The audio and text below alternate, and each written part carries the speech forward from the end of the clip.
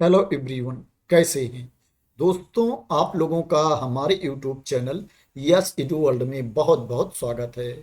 दोस्तों, आज के इस वीडियो में हम लोग जीके के कुछ इम्पॉर्टेंट क्वेश्चंस को कवर करेंगे। सामान्य ज्ञान के कुछ महत्वपूर्ण प्रश्नों को कवर करेंगे इस वीडियो में।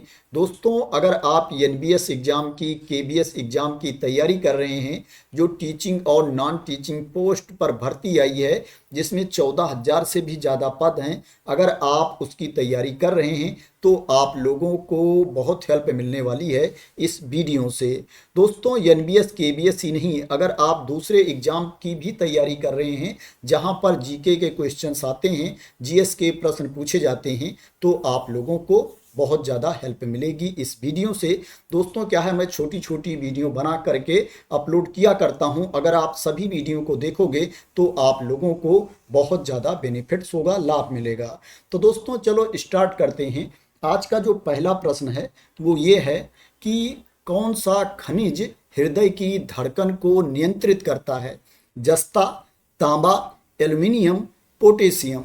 दोस्तों, अगर आपसे ये प्रश्न पूछा जाता है तो आपको बताना है कि पोटेशियम हृदय की धड़कन को नियंत्रित करता है।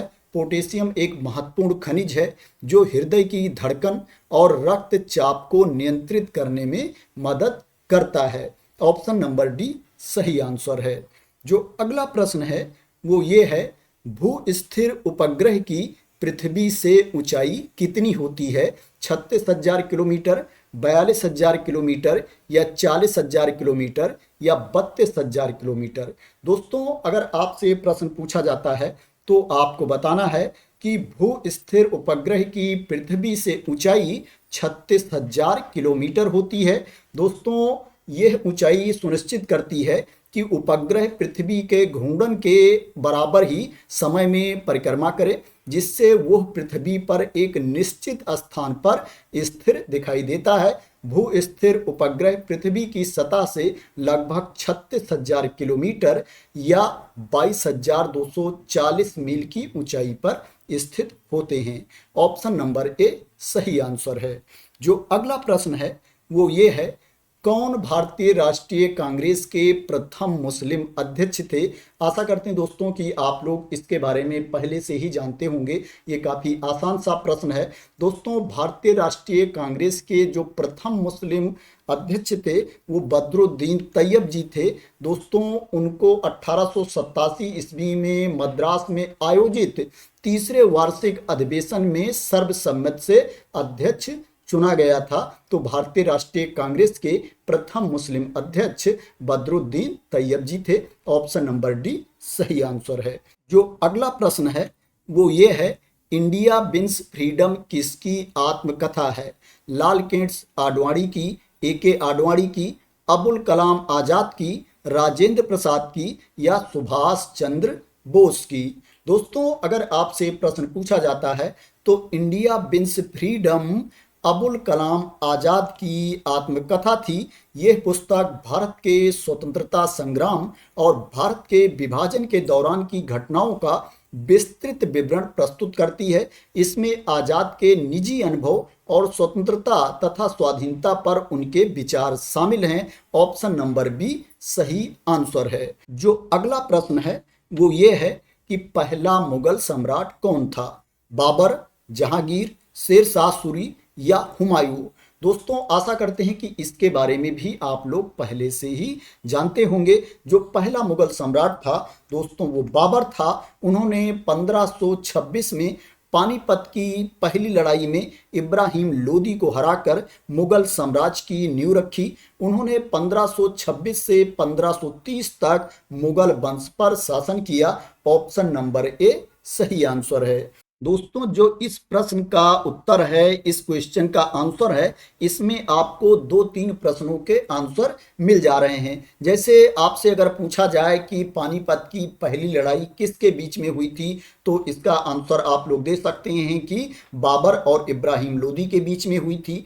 अगर आपसे पूछा जाए कि पहले मुगल सम्राट बाबर ने कब से कब तक शासन किया था, तो यहाँ पर उसका भी आंसर आप लोगों को मिल जाता है। और अगर आपसे ये पूछा जाए कि पहला मुगल सम्राट कौन था, तो उसका भी आंसर आप लोगों को यहाँ पर मिल जाता है। अब दोस्तों अगले प्रश्न की तरफ बढ़ते हैं। जैसे यहाँ पर पानीपत की पहली लड़ाई आपने देख लिया, तो दूसरी लड़ाई के बारे में भी आप लोगों को जानना जरूरी है।